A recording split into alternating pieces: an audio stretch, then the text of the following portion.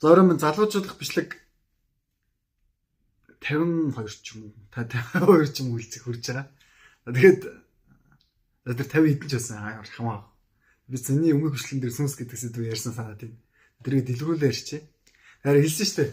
Шар гэдэг үг хэлэнгуу та нар шар гэдэг үхрээ төсөөлнө, шар гэдэг өнгө төсөөлөгдөнө. Хөх гэдэг зүйлийг ярил хөх өнгө төсөөлөгдөнө, энэ толгой энэ хөх төсөөлөгдөнө. Гэтэ тэр шиг та нар сүнсгээ хэлэхээр та нар юу боддtiin бэ гэхээр хамгийн анх ингээд ямар ч хүнд ингээд харин тийм цагаан даасанчтай ингээд нэг юм урт төстэй эмхтэн төсөөлөгддөг. Эсвэл дан гэдэг нэгдэн гот ирдэгтэй нэг юм гэн өөмөө ч юм уу нэг имэнерийг төсөөлдөг тийм онгодог гэдэгтэй. Эсвэл нэг баригл дуутай ч юм уу Монголын бүүнэрийн нэг онгодууд нь тийм баригл шүү дээ ер нь жоохон. Тэгээ өөр осуудын бүүнэр ямар үгүй би санагдахгүй. Ярьсан. Тэр чинь яг та нарын төсөөлөл миний та нарт ярих гэдэг сүнс чинь тэр сүнс биш шүү. Миний та нарт ярих гэдэг сүнс болохоор миний бидний дотор байдаг сүнсний тухай ярих гэдэг. Тэгээд тэд нар болохоор сүнслэг битүүд гэхгүй юм. Одоо Библиэлд ч юм уу христчэн тэр ойролт орнуудад бас тэнгэр элч нар гэж байдаг. Габриэл, Михаил, за тэгээд сатан ч гэсэн анх Бурхны оршууд тэр Бурхны чөтгөртэй диавол одоо тэр луу энэ төр гэдэг нэрлэгддэг. Тэр нөхөр ч гэсэн анх Бурхны оршууд байсан тийм гоо зүсгэлтэй, хурц гэрэлтэй тийм тэнгэр элч байсан гэж төсөөлөгддөг. Тэгэхээр ер нь бол тийм сүнслэг битүүд бол байдаг гэсэн үг. Хүний бие дотор тэгвэл юу байд юм бэ? Яг тийм нэг юу байд юм бэ гэдэг зүйл нь шүү дээ. Тэгэхээр хүний бие дотор яг одоо байгаа чиний бие дотор байгаа сүнс болохоор яг тэд нар бол биш. Тэд нар чиний дотор ороод ирэх ёстой хэрэггүй. Яг тэр онгод монгод нь хаяа нэг орж чи буцаа явуул тэр л байгаа. Гэхдээ орж чичээд хизээж гарахгүй чиний орн амьдрах гэдэг төсөөлтөө хог өгөхгүй юу? Тэгээд тэр хичнээн урлаач мундаг байлаа ч гэсэн чи 18 дугаар зуунд амьдарч явах хэвээр үүнийг 20 дугаар зуунд авчираад энд нь гацаан юм хэвээр хог өгөхгүй. Тэнд тэр хүндээ чирэггүй чамд чирэггүй тийм л зүйл шүү дээ. Чи магадгүй ихнэр хүүхдтэй та ингэ бөөмөө байлаа гэхэд ихнэр хүүхдтэй ч юм уу байж таараа өөр ингэсэн бүтээсэн амьдрал дахин давтах шиг онцлог байж таараа тий. Тэр бүх зүйлээ байхгүй болгоод тэгээд нэг тэр нэг нөхрийг амьдруулна байнга амьдруулна гэвэл тэр чинь сүнсний хөөл зөрчсөн болчихно.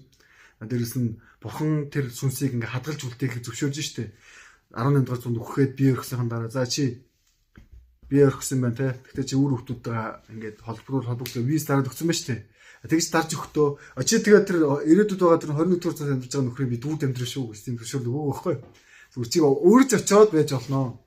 Ирж очиод тэгэд ярих юмаа ярина ярихгүй шүү нөхөр гэж хэлсэн байхгүй. Тэгээ ягаад хүмүүс ингээд онгодуудыг бүх юмыг хэлж чаддгүй гэж асууад идэг. Хэлж чадахгүй байх нь аргагүй байхгүй. Тэр чинь хөөрхий сүнслэг биет сүнслэг бие дотор эрэмтэй биет дэлгэрөө бас холбогдох төвчний битүүд хүний биед орхууц төвчний сүнслэг биет чинь бас сүнслэг битүүдийн эрэмб гэж байдаг. Гэтэ энийг хүн ангилахгүй шүү. Тэрийг бурхан ангилдаг. Яг хөө дээр доор гэж зүгээр нэг ажил хийхин тулд тийм эрэмбүүд гэж байдаг байхгүй. Жишээл миний сайн нэрлсэн Михаил ч юм уу Габриэл ч юм уу хэзээ ч хүний бие мэдрэх тэгж онгод мөнгөдүүлж байгаа хэзээ ч орохгүй байхгүй.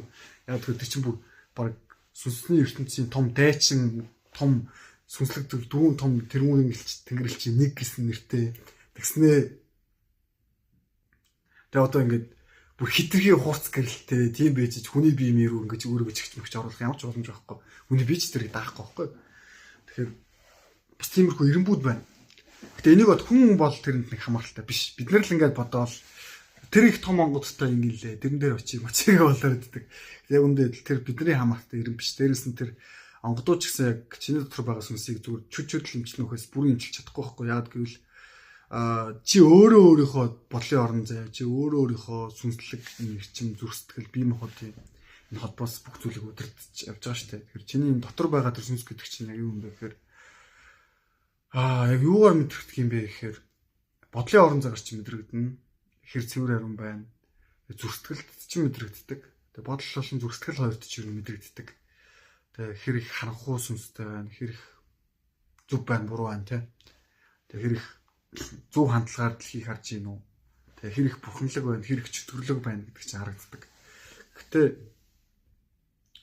энэ багш нар болохоор яг өөрийнхөө тэр нэг сургаал номлолоор дамжуулж хэмждэг л дээ. Жишээлбэл христийн шинж болохоор миний энэ хэлсэн үг ирээдүйд хүмүүсийг хэмжих юм аа. Ирээдүйд хүмүүсийг ингээд ангилах юм аа гэсэн бохоггүй. Миний хэлсэн үг ирээдүйд хүмүүсийг ангилаад хинэн жихэл сайн хүн, хинэн жихэл муу хүн, хинэн жихэл бурханлаг хүн, хинэн жихэл хуурын төгшөө гэдэг ялах юм аа гэж хэлсэн. гэмтчиндээ иймэрхүү ялгаалт надад байдаг. Би өөрөө ичж штэ би одоо энэ бичлэг үзээс сууж байгаа. Одоо энэ 5 минут өөр гарцсан. За энэний цаана хүн байлаа гэж боддог. Би өөрөө яг би бас сүнсийг гэж бодсон байх хэрэг. Миний дотор байгаа. Тэгээ өмнө нь бол магадгүй хүн байсан байж магадгүй. Гэтэ хүн байгаагүй ч гэж магадгүй. Гэтэ энэ хоёрын хооронд ямар ч ялгаа байдаг. Энгийн сүнсний тухай мэддэггүй хүмүүс л энийг ялгаатай гэж боддог байхгүй юу? Би өмнө урд хүн байсан бол айгуулаг амьдрах байсан баха гэдэг ч юм. Би урд наснда тийм байсан баха гэх хүмүүс яриад байдаг. Гэхдээ хүн өсөн солгон урд настай байх албагүй.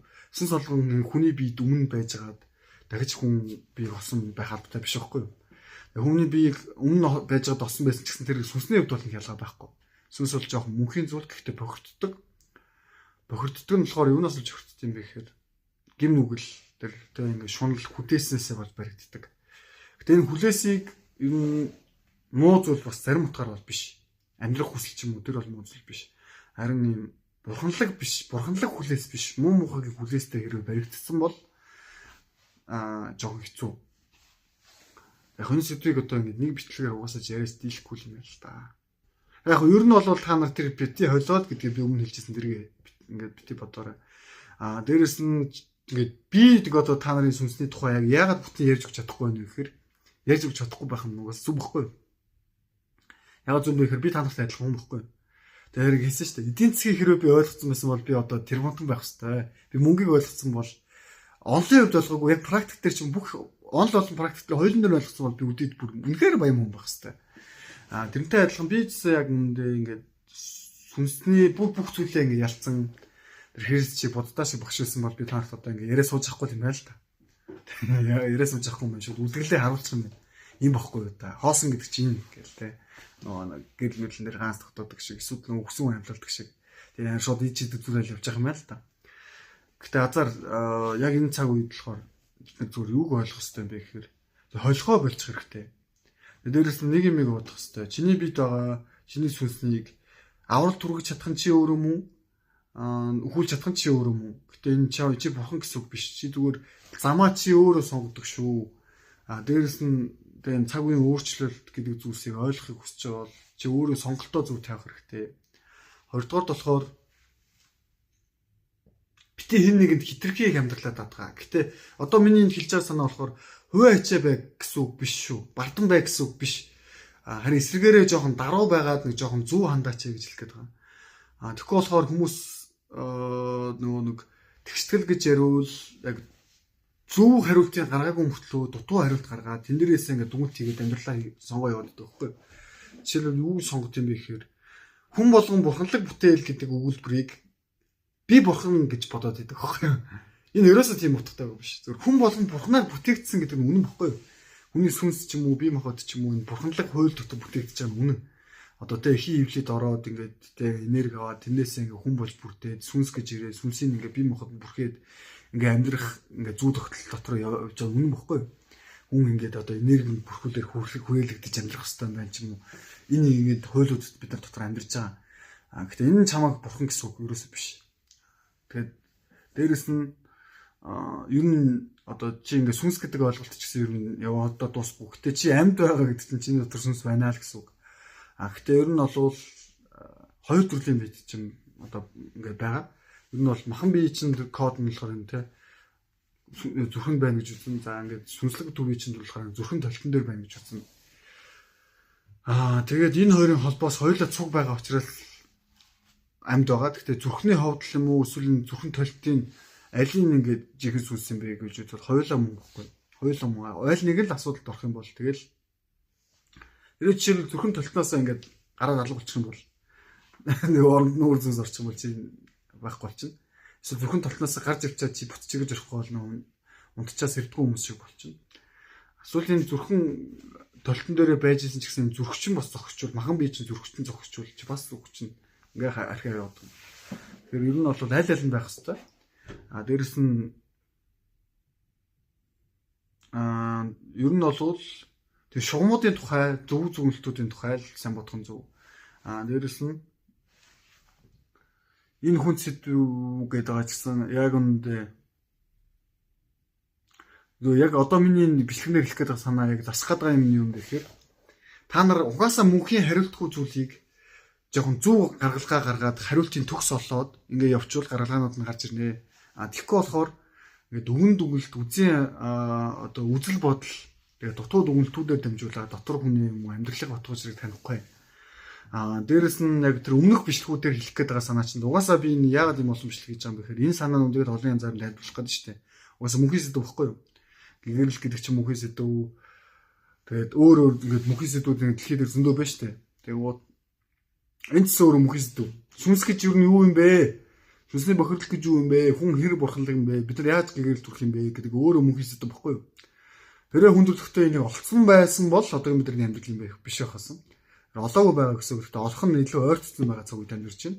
Тэрээ олох нь ойртсон цаг үед амьдарч байгаа бол бид нар яг тэр өмнөх яриадсан хуулиудыг сайн ойлгож байгаа.